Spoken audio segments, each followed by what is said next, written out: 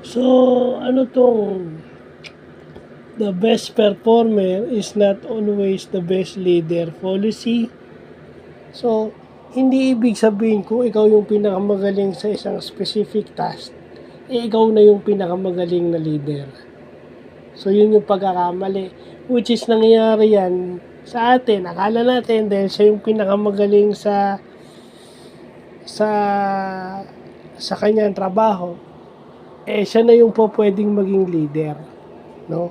Kasi ang notion kasi ng tao technical, no? Technical. Pero yung management nawawala. So, dahil kasi naka-ingrain yung tao na anong background mo dyan? Anong alam mo sa ganyan? Kung ikaw ang magiging head niyan o ikaw yung magiging leader niyan, ano yung alam mo dyan sa trabaho na yan para ka maging leader niyan, di ba? And ang katwiran mo ng iba na may mga tao kasi na hindi siya ganun sa technical skills pero okay yung leadership and managerial skills niya. Meaning, he or she can influence people to work their best and maximize their technical skills and knowledge.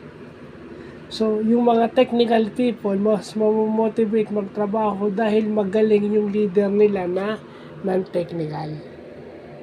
So, kung ayos makisama, naiintindihan yung employees, yun. Yun ang leader. Magpapacilitate ka lang naman eh. Di ba?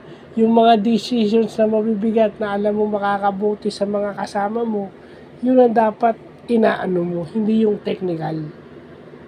It's okay na mayroon kang technical background, pero kahit wala, siguro naman yung leadership skills mo lalabas.